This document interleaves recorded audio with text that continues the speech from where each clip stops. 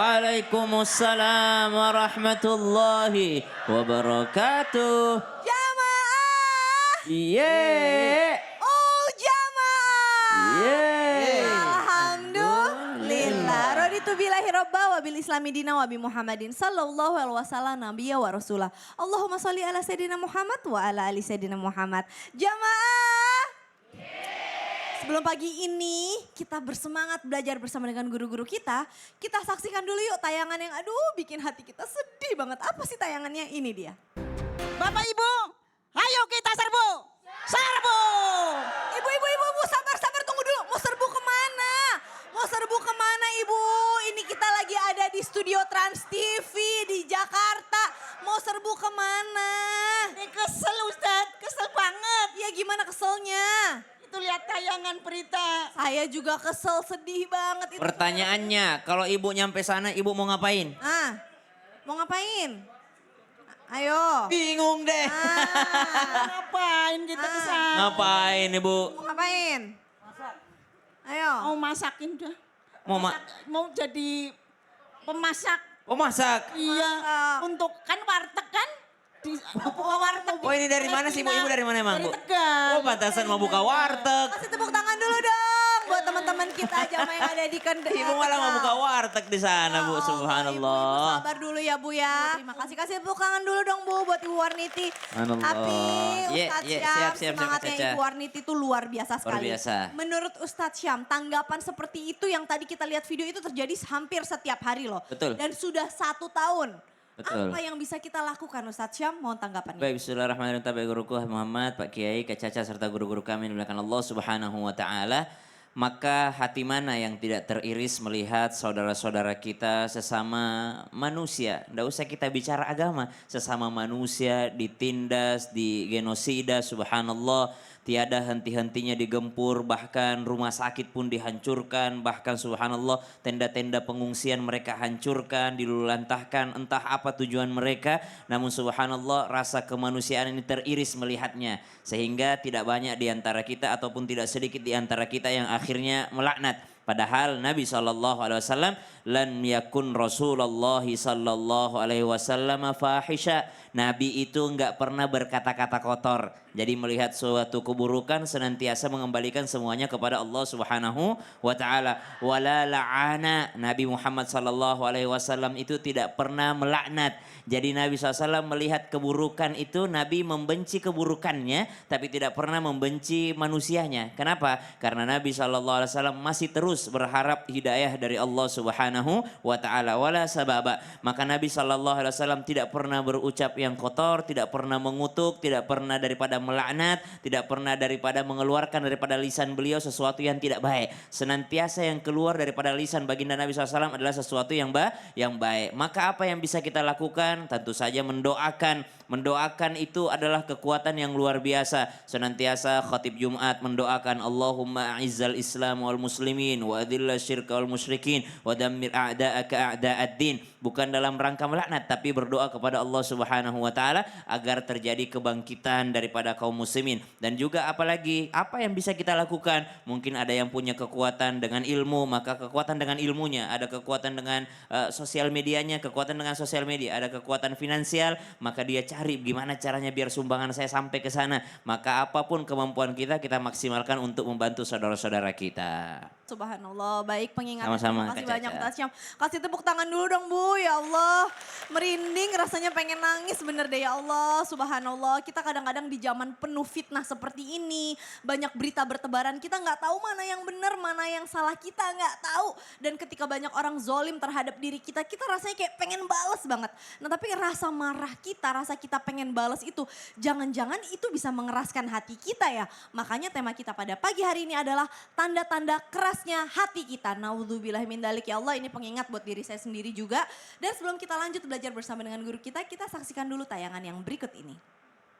Subhanallah. Ya Allah, ya Allah. Subhanallah, ini gimana Pak Kiai? Pak Kiai Agus Darmawan apa kabar? baik, alhamdulillah Kak Caca, Pak sehat. Kiai, Ya. gimana ini caranya kita bisa menumbuhkan rasa kasih dan sayang antara suami istri khususnya. Karena ini efeknya dampaknya bahaya banget. Ya. Anak yang lihat trauma anak ya kan. Ya. Itu bisa berpengaruh terhadap generasi berikutnya. Ini gimana kok bisa seorang suami tega sampai menghabisi nyawa istrinya. Apa yang harus ya. dilakukan supaya cinta kasih itu selalu tumbuh Pak Yai? Mohon tausiah. Terima kasih Kak Caca Habib Muhammad Syahab, guru saya.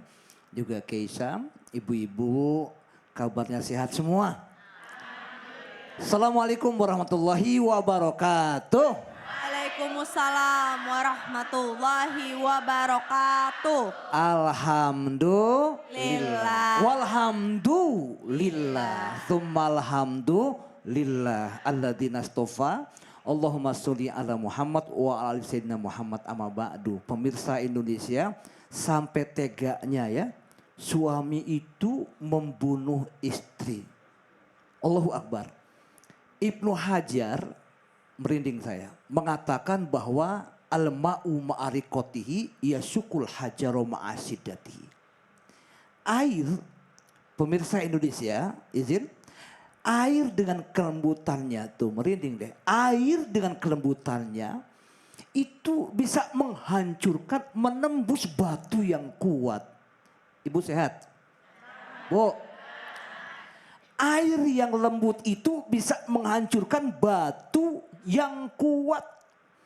Nah di sini air yang lembut itu, air rohani diberikan kepada hati manusia tapi tidak tembus, berarti hati itu lebih keras daripada itu kata ibu. Bu, kalau kata saya ntar pada marah. Nah kemudian kenapa tega bunuh istri? Ini zamannya sudah zaman gila. Menangi zaman edan. Kata Caca. Melu edan orak tahan.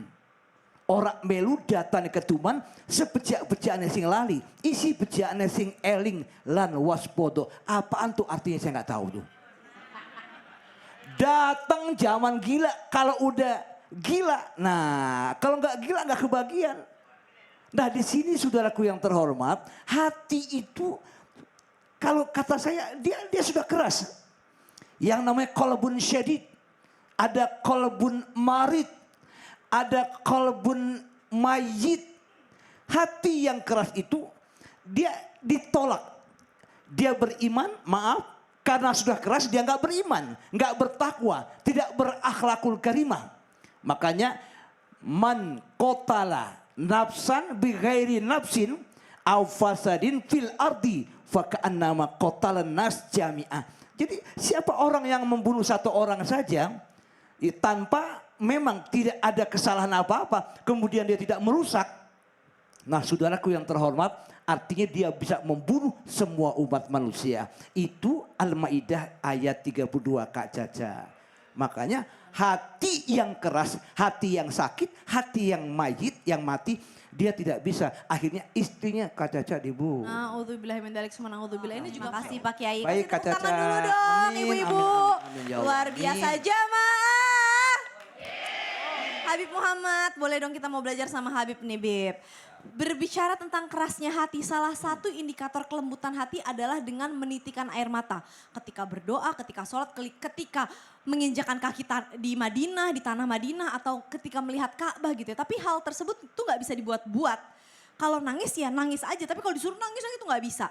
Nah tapi ada golongan orang-orang yang udah usaha banget pengen nangis, ngeluarin setetes air mata aja tuh nggak bisa Bib. Apakah itu salah satu ciri-ciri tanda kerasnya hati? Tapi sebenarnya orang ini pengen banget nangis tapi nggak bisa Bib. Gimana sih sebenarnya mau tausiahnya? Baik, kurang satu dia, tempel bawang. Ya. Assalamualaikum warahmatullahi wabarakatuh. Waalaikumsalam warahmatullahi wabarakatuh. Bismillahirrahmanirrahim. Allahumma salli wa sallim ala Sayyidina Muhammadin wa ala ali Sayyidina Muhammad. Izin Pak Kiai Haji Agus Darmawan, Ustadz Syam, juga Caca dan ibu-ibu semuanya. Kita bicara keras hati. Apakah orang yang tidak bisa meneteskan air mata terkategori keras hatinya? Ada arbaun minal qaswa. Artinya ada 4 hal yang terkategori dia disebutnya sesuatu yang keras, bisa terkategori keras. Di antaranya jumudul ain, mata yang kering. Maksud mata yang kering sini tidak meneteskan air mata, artinya karena Allah, bukan karena bangkrut. Ya, karena ada orang yang tidak pernah tahajud, tiba-tiba bangkrut tahajud, nangisnya Masya Allah. Nangis sampai air matanya bisa diwadain. Ya. Tapi nangisnya itu karena mikirin duit, bukan mikirin Allah Subhanahu wa ta'ala. Sayyidina Imam Ali Zainal Abidin disebut Al-Bakka. Beliau itu disebutnya Al-Bakka, orang yang selalu menangis. Sayyidina Imam Ali, siapa yang gak kenal? Orang yang Masya Allah jauh daripada maksiat. Ibadah kepada Allah Subhanahu wa ta'ala. Bahkan beliau As-Sajjad, orang yang disebut mendapatkan gelar orang yang selalu sujud kepada Allah Subhanahu wa ta'ala. Tapi al-bakkanya itu dia nangisnya karena Allah, bukan karena manusia atau bukan karena harta.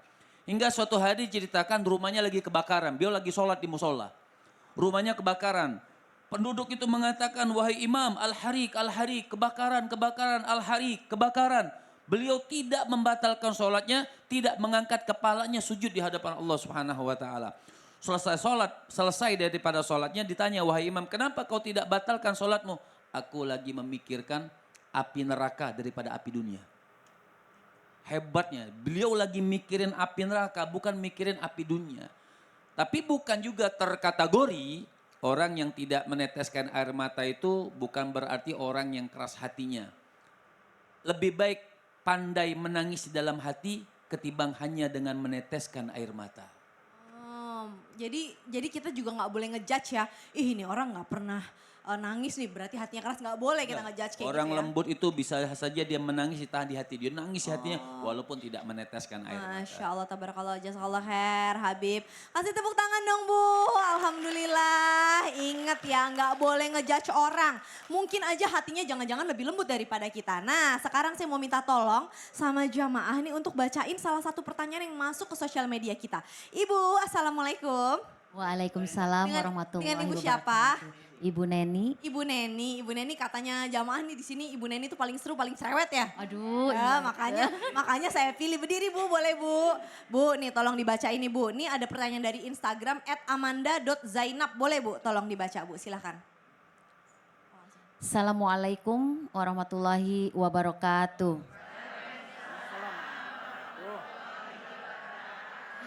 Mau tanya dong Ustadz. Saya punya saudara, tetapi saudara saya tuh susah banget dibilangin. Keras deh hatinya Ustadz, kayak orang paling bener aja. Saya kan baik ya Ustadz. Oh, emang Ibu tahu Ibu baik dari mana sih Bu? Ya kata saya sih. Oh gitu. Ini mah Gimana? mentang-mentang tadi Habib ngejelasin nggak boleh ngejudge orang, Iya. dia malah ngejudge dirinya sendiri. Oh, Saya baik katanya. gitu.